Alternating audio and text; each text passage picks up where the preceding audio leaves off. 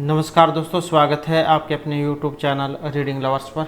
दोस्तों आज की जो वीडियो इसमें हम करने वाले हैं हरियाणा में जो सीट में जो आगे ग्रुप डी का एग्ज़ाम होगा इसके लिए महत्वपूर्ण क्वेश्चन है। और इसके अलावा जो ये हम क्वेश्चन करने वाले हैं आपके जो अन्य एग्ज़ाम है, चाहे इसमें HSC का है, DT+B वाला है या फिर जो एकलव्य मॉडल जो है इसमें जो वैकेंसी निकली हुई है, तो ये जो क्वेश्चन आपके सभी एग्ज़ामों में काम आएंगे अगर हम यहाँ पर हरियाणा जीके को इसमें अलग कर दे तो।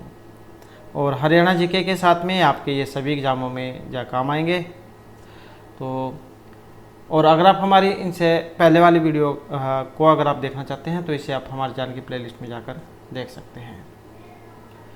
तो हमारा जो यहाँ पर पहला जो क्वेश्चन है, चरखी दादरी व सूरजपुर किस उद्योग के लिए प्रसिद्ध है? चीनी, कागज़, सीमेंट या फिर लोहे के लिए? तो चरखी दादरी और सूरजपुर ये जो यहाँ पर उद्योग के लिए प्रसिद्ध है, जो ऑप्शन सी में है, तो ये सीमेंट का उद्योग है।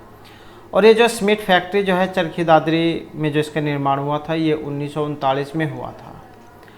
और जो सेठ थे रामकृष्ण डालमिया, इन्होंने जर्मनी के इंजीनियरों के सहयोग से इसका निर्माण कराया था। तो 1939 में जो इसका निर्माण हुआ था।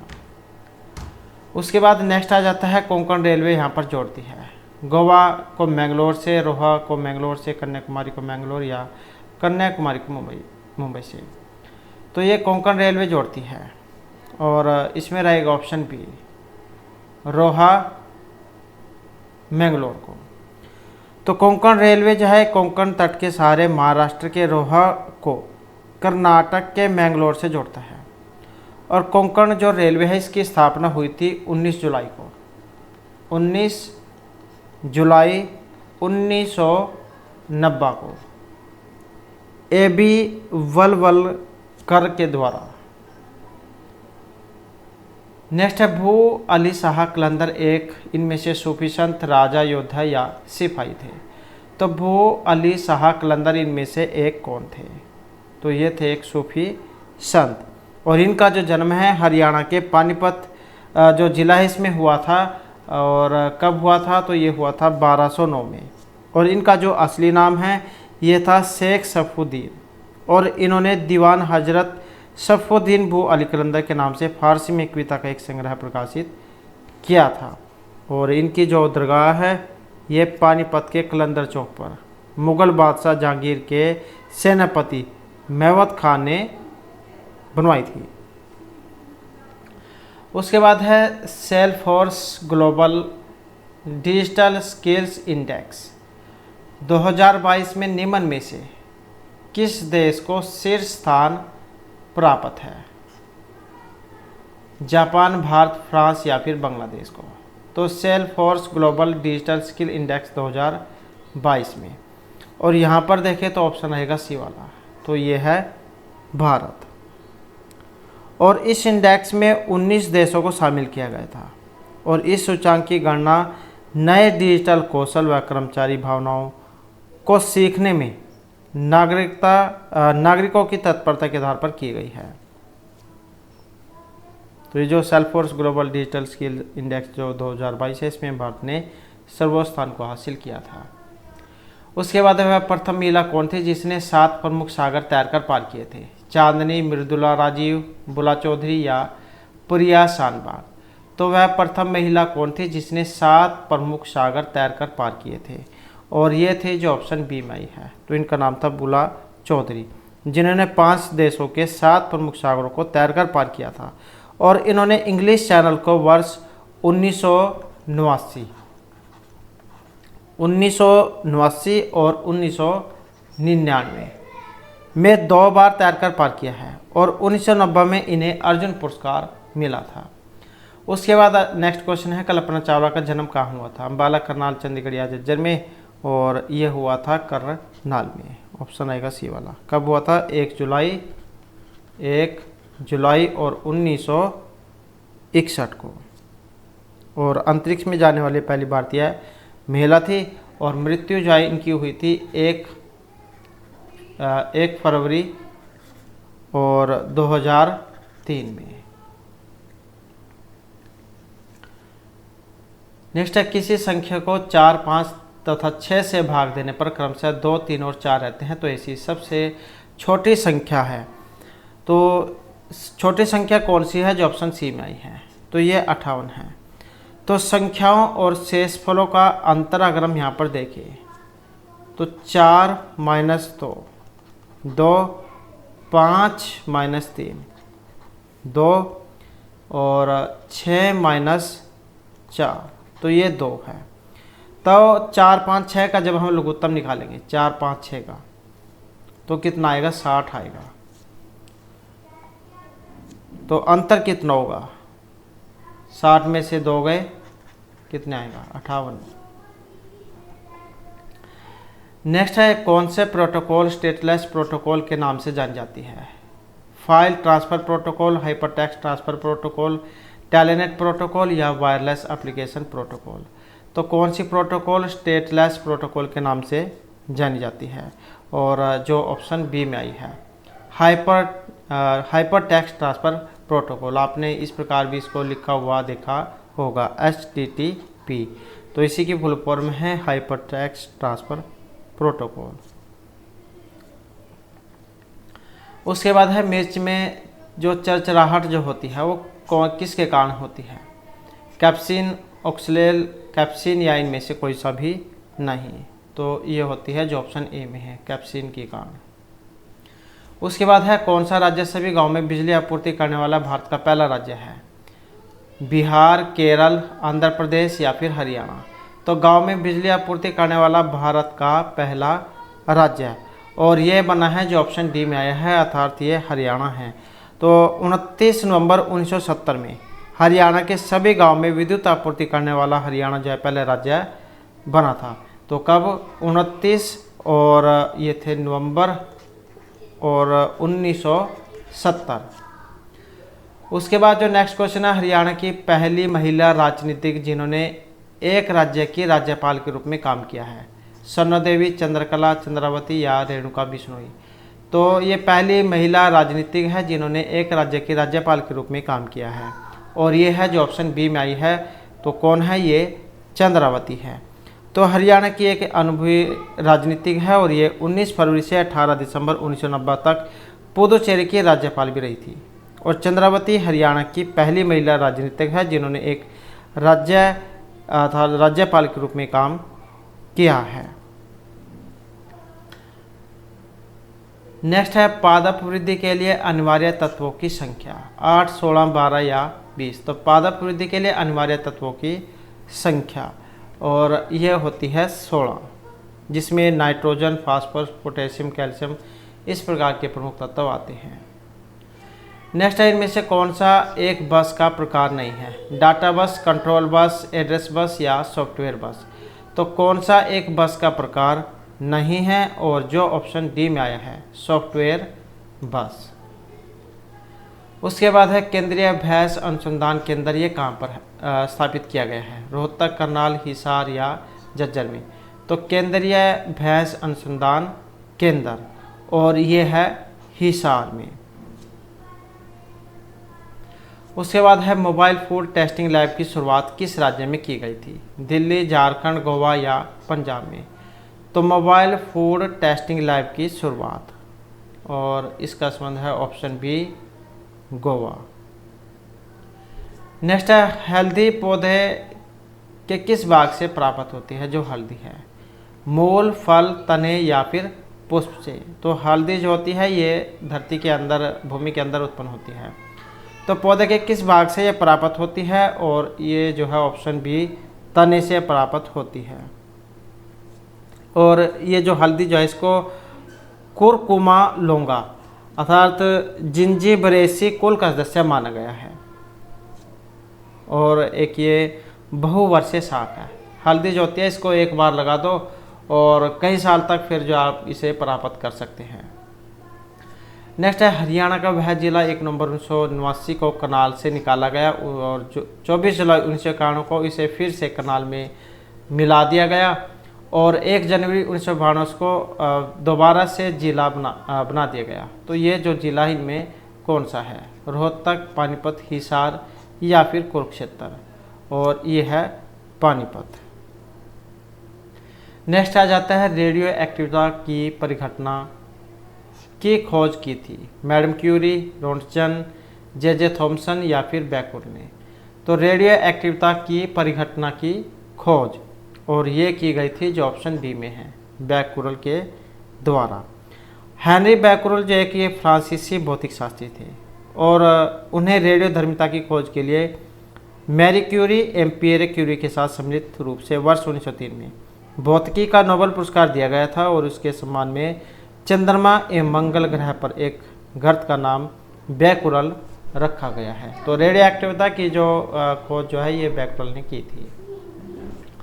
नेक्स्ट आ जाता है कपाल मोचन हरियाणा के किस जिले में है? महेंद्रगढ़, यमुनानगर, हिसार या अम्बाला में? तो कपाल मोचन कहाँ पर है? और ये है जो ऑप्शन सी में है, तो ये यमुनानगर में है। यमुनानगर ना दिया गया हो तो वहाँ पर बिलासपुर जो आपको देखने को मिलेगा। उसके बाद है जब कोई भारी पदार्थ मानव रुधिर प्रणाली में प्रविष्ट होता है तो प्रतिक्रिया कौन प्रारंभ करेगा? लाल रुधिर कणिकाएं, श्वेत रुधिर बिंबाणु या जीव द्रव्य अर्थात प्लाज्मा? तो जब कोई भारी पदार्थ मानव रुधिर प्रणाली में प्रविष्ट होता है तो इसमें रहेगा ऑप्शन बी, तो ये करेगा श्वेत रुधिर कणिकाएं।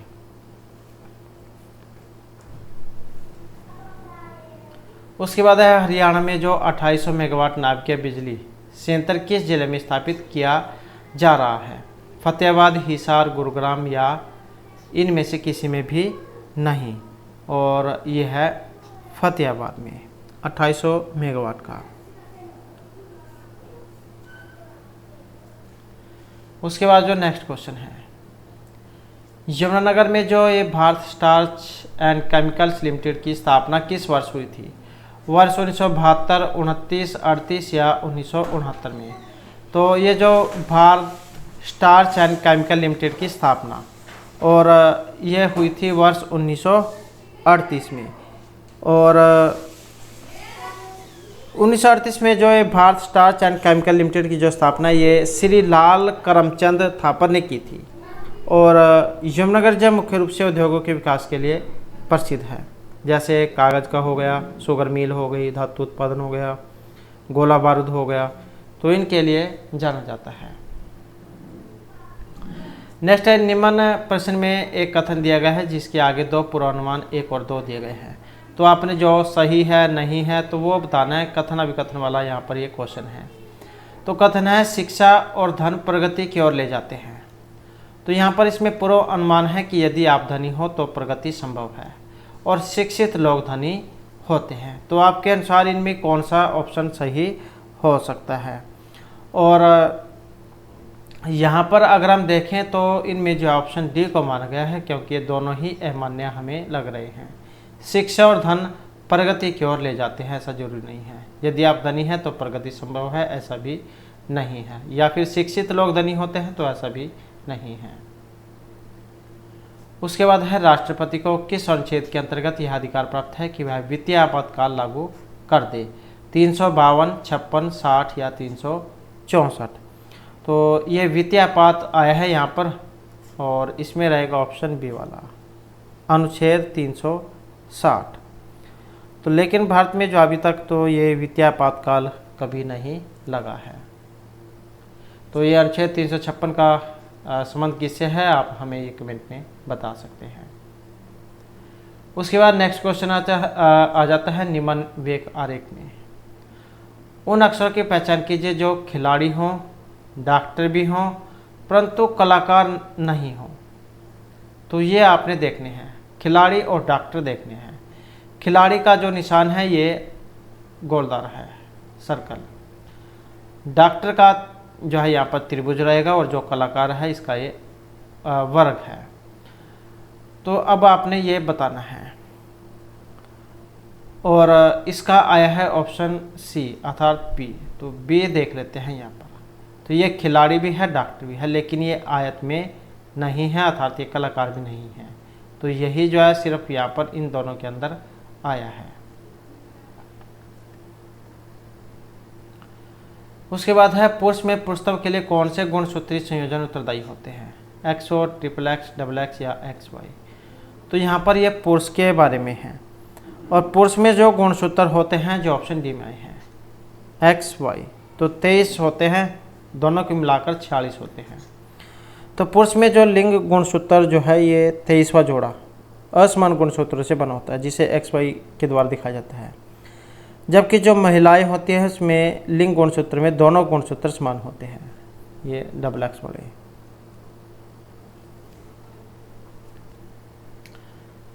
नेक्स्ट आ जाता है कंप्यूटर भाषा में मूल प्रोग्राम को क्या कहा जाता है, टारगेट, ऑब्जेक्ट, सोर्स या मेन फ्रेम।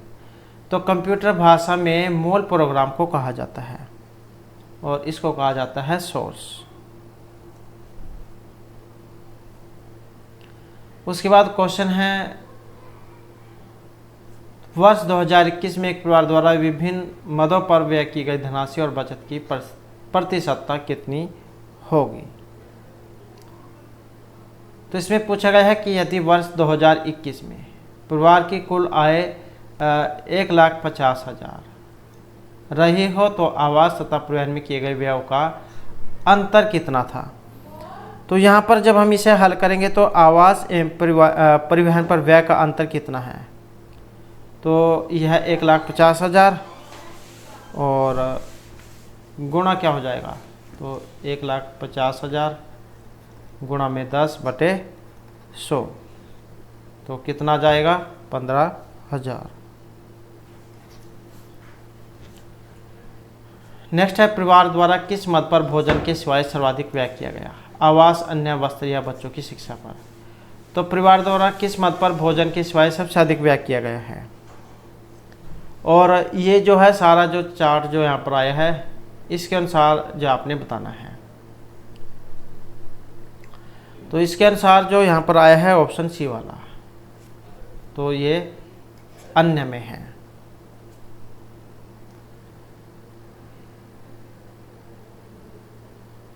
तो अन्य में देख सकते हैं यहाँ पर कितना है 20%। उसके बाद है यदि परिवार की कुल आय 1,50,000 रही हो तो भोजन पर कितनी धनराशि व्यय की गई। तो सेम वैसे ही यहाँ पर भी होगा, तो 1,50,000 और गुणा में क्या है भोजन देख लेना है कितना है इसमें, तो भोजन कितना है 23% है, तो क्या हो जाएगा 23/100 हो जाएगा। इसका भी वैसे ही सेम वैसे ही है, तो गुणा में क्या है 23 और बटे में 100। तो जब हम इसको हल करेंगे तो कौन सा आएगा 34,500, जो ऑप्शन डी में है। उसके बाद है वर्ष डैश में चंडीगढ़ को भारत का पहला धूम्रपान रहित नगर घोषित किया गया था, 2002, 4, 7 या 2018 में। तो ये किया गया था वर्ष 2007 में। तो सार्वजनिक स्थान जो है उस पर प्रतिबंध लगाने वाला चंडीगढ़ जो भारत का पहला शहर था।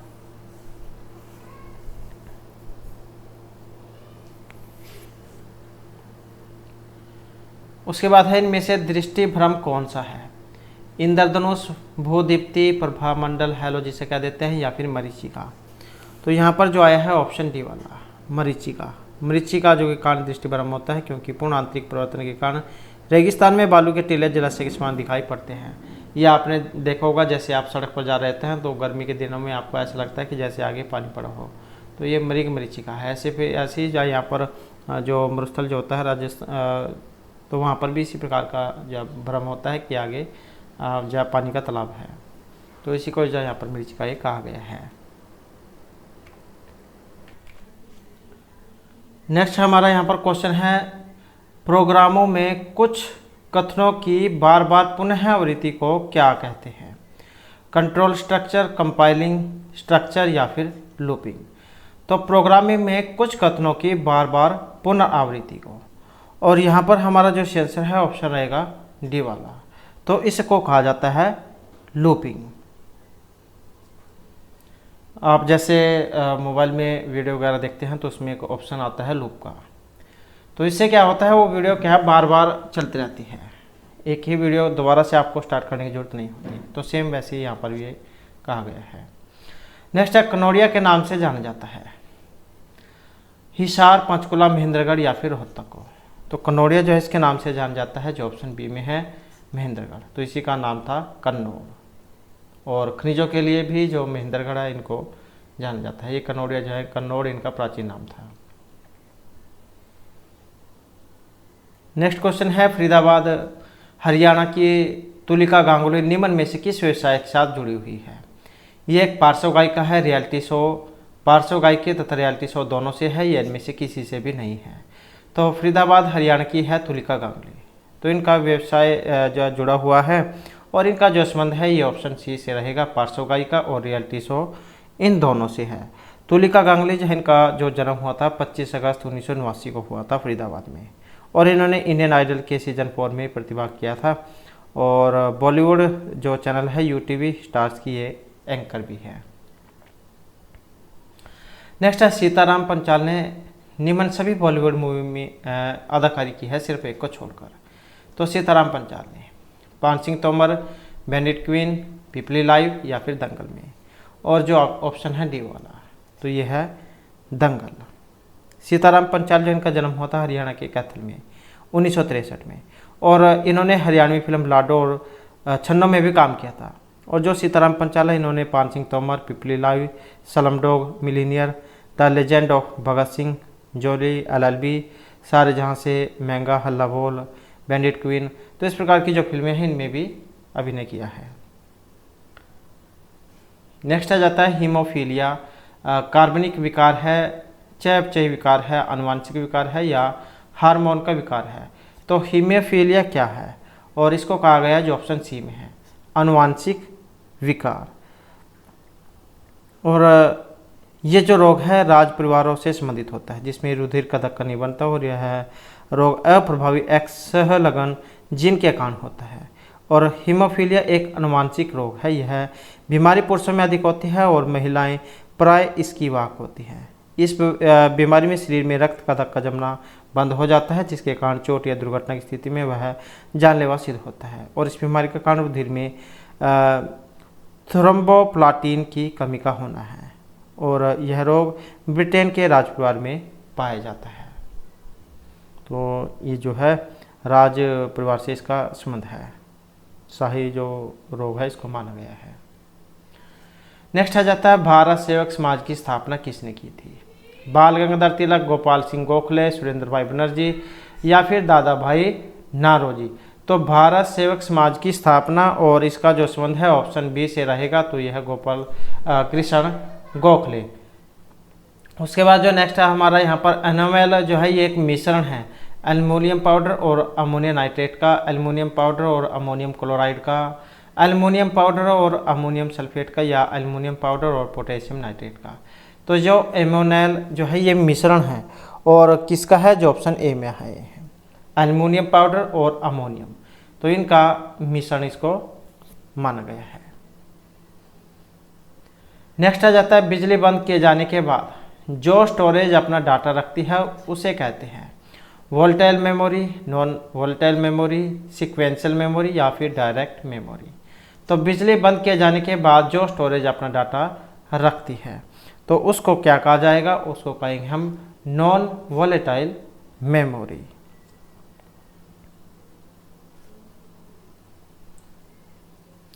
नेक्स्ट आ जाता है, राव बहादुर के खिताब से कौन सम्मानित हुए थे? बंसीलाल, चौधरी देवीलाल, सर छोटूराम या ओम प्रकाश चौटाला? तो राव बहादुर के खिताब से सम्मानित हुए थे, और जो आए हैं ऑप्शन सी में, तो ये थे चौधरी छोटूराम। तो इनको राव बहादुर की जो किताब से सम्मानित किया गया था, और ये एक स्वतंत्रता सेनानी, पत्रकार और न्यायविद थे। और इनका जो जन्म है रोहतक के जो गढ़सापला वहाँ पर हुआ था, और इनका जो वास्तविक नाम था ये रिचपाल था। उसके बाद नेक्स्ट आ जाता है, एक आदमी ने किसी स्थान से चलना शुरू किया और 12 किलोमीटर उत्तर की ओर चला। वह 90 डिग्री बाएं घूमा और थोड़ी दूर चलकर रुक गया। यह आरंभिक स्थान और अंतिम स्थिति के बीच दूरी 13 किलोमीटर है, तो उत्तर से घूमने के बाद कितनी दूर चला? तो इस प्रकार के जो क्वेश्चन होते हैं इनके बारे में पहले आपको दिशाओं का पता होना चाहिए। तो आपके जो मुख है उसके सामने की तरफ उत्तर दिशा होगी, पीठ के पीछे जाए मतलब बिल्कुल विपरीत दक्षिण होगी, राइट हैंड की साइड आपकी पूरब होगी और लेफ्ट हैंड की साइड आपकी पश्चिम होगी। तो यहाँ पर अब आपने देखना है कैसे कैसे चल रहा है। एक आदमी ने किस स्थान से चलना शुरू किया और 12 किलोमीटर उत्तर की ओर चला। तो उत्तर कौन सी साइड में है? इस साइड में है। मतलब जैसे ये प्रारंभिक बिंदु है, यहाँ से चला उत्तर की ओर 12 किलोमीटर और वह 90 डिग्री बाएं घुमा। अब बाएं कौन सी साइड है, ये भी यहाँ पर भी उलझ जाते हैं। तो बाएं जो होती है, ये लेफ्ट साइड जो होती है हमारी, उसको बाईं साइड, और जो राइट हैंड है उसको दाईं साइड कहा जाता है। तो यहाँ तक गया और यहाँ से 90 डिग्री घुमा। अब 90 का कोण कैसे बनता है? बिल्कुल ऐसे। तो ऐसे जा बिल्कुल चलाओ और थोड़ी दूर चलकर रुक गया। यदि आरंभिक स्थान और अंतिम स्थिति के बीच दूरी 13 किलोमीटर, तो मतलब यहाँ पर रुका और यहाँ से चला था। तो यहाँ से और यहाँ तक की जो दूरी है, अगर ये 13 किलोमीटर है, तो उत्तर से घूमने के बाद वह कितनी दूर चला था, तो फिर वो कितने दूर चला था, यही आपने बताना है। तो इसका क्या आएगा? तो 13 और 12 का स्क्वायर हो जाएगा, 13 का स्क्वायर और 12 का स्क्वायर। तो इसमें से घटाना है आपने। 13 का स्क्वायर कितना होगा? 169 और 12 का 144। तो इसमें से आपने जो कम करने होंगे, कम करने के कितना आएगा? 25 का फिर वैसे ही वर्गमूल कितना होगा? 5 होगा। तो कितना होगा? ऑप्शन बी वाला। तो ये जो है इन सभी का वर्गमूल है। नेक्स्ट है, हरियाणा के किस जिले में हल्दी का उत्पादन सबसे ज़्यादा होता है? करनाल, अंबाला, रोहतक या मानेसर। और इसमें जो हमारा सी आंसर है ऑप्शन रहेगा सी।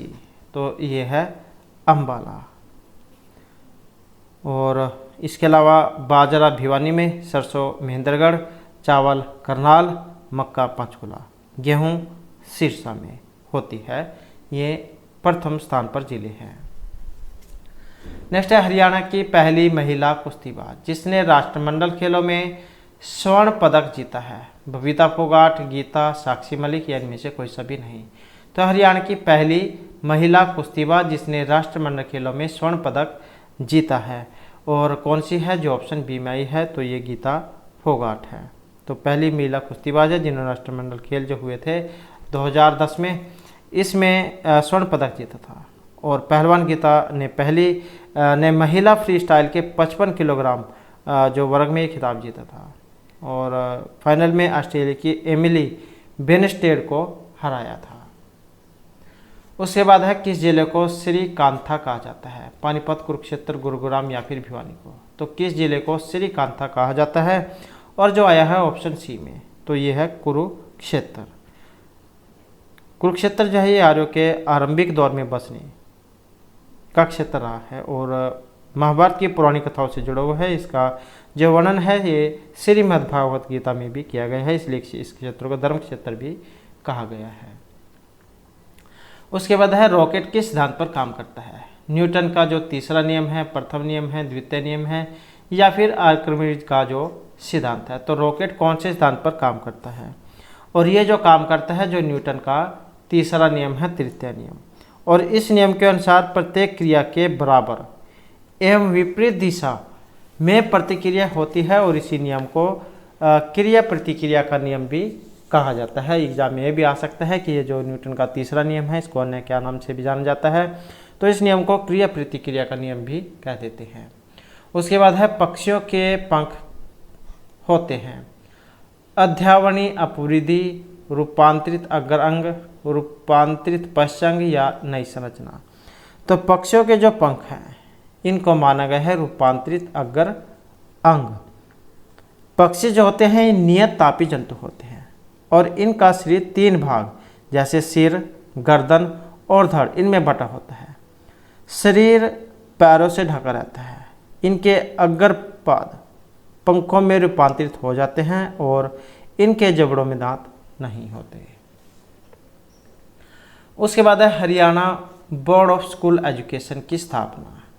Haryana board of school education HBSE, Chandigarh, Rohtak, Hisar या अंबाला। तो कहाँ पर हुई थी? और यह हुई थी चंडीगढ़ में। तो पहले चंडीगढ़ में था, 1969 में स्थापना हुई थी। पहले 1969 में।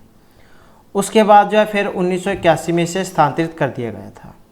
तो अब कहाँ पर है, अब ये भिवानी में है, Haryana board of school education Bhiwani. तो कब यहाँ पर अब ये भिवानी में 1981 में स्थानांतरित हो गया था, पहले चंडीगढ़ में था, स्थापना हुई थी 1969 में। नेक्स्ट आ जाता है, भारतीय नौसेना ने किस हरियाणवी क्रिकेटर के विरुद्ध गिरफ्तारी वारंट जारी किया था? दीपक पूनिया, चेतन शर्मा, कपिल देव या अशोक मल्होत्रा के खिलाफ। तो भारतीय नौसेना ने, और ये जो किया गया था जो ऑप्शन ए में आए हैं, दीपक पूनिया। और दीपक पूनिया जो नौसेना में ऑफिसर हैं और एनओसी के बिना ही हरियाणा रणजी टीम में खेल रहे थे। तो पूनिया को वर्ष 2014 में नौसेना में शामिल हुए थे और वारंट में कहा गया है कि एनओसी के बिना किसी गतिविधि में शामिल होना नेवी एक्ट 1957 का उल्लंघन है। तो इसी कारण से जो इनको गिरफ्तार जाए वारंट जारी किया गया था। उसके बाद हरियाणा राज्य सहकारी आवास संघ की स्थापना कब की गई थी? 7 जून 1973, 2004, 2002 या 12 अगस्त 2004 में। तो हरियाणा राज्य सहकारी आवास संघ की स्थापना और यह हुई थी 7 जून 1973 को। उसके बाद है 1540 में किस युद्ध के पश्चात हुमायूं को हिंदुस्तान से बाहर कर दिया गया था? चौसा, दौरा, सूरजगढ़ या कन्नौज। तो 1540 में कौन सा युद्ध था जिसके बाद हुमायूं को हिंदुस्तान से बाहर कर दिया गया था? और ये जो युद्ध था ये कन्नौज का युद्ध हुआ था 17 मई 1540। कंप्लीट डेट अगर आ जाए तो ये है 17 मई और 1540। कन्नौज अर्थात जो बिलग्राम का युद्ध था, इसमें हुमायूं परास्त हो गए थे। और कन्नौज के युद्ध के बाद हिंदुस्तान की सत्ता एक बार फिर अफगानों के हाथ में आ गई थी और हुमायूं ईरान की ओर पलायन कर गया। और इस युद्ध में हुमायूं के साथ उसका भाई हिंदाल एवं अस्करी भी थे। नेक्स्ट है, मटर में मार्स रोग किस तत्व की कमी के कारण होता है? मैग्नीज, जस्ता, कॉपर या मोलिब्डेन की कमी के कारण। तो ये मटर में जो मार्स रोग होता है, अब ये भी एग्जाम में आ जाता है, मटर का होने वाला रोग कौन सा है? तो ये मार्स रोग है। और कौन से तत्व की कमी के कारण होता है? तो इसको जो माना गया है जो ऑप्शन ए में है, अर्थात ये मैग्नीज जो है इसकी कमी के कारण होता है। तो इस प्रकार से जो हमारी आज की क्लास बड़े महत्वपूर्ण क्वेश्चन थे और नेक्स्ट वीडियो की इसमें हम आपके लिए इससे आगे के जो महत्वपूर्ण क्वेश्चन है उनको लेकर आएंगे। और हमारे साथ अंत बनने के लिए धन्यवाद।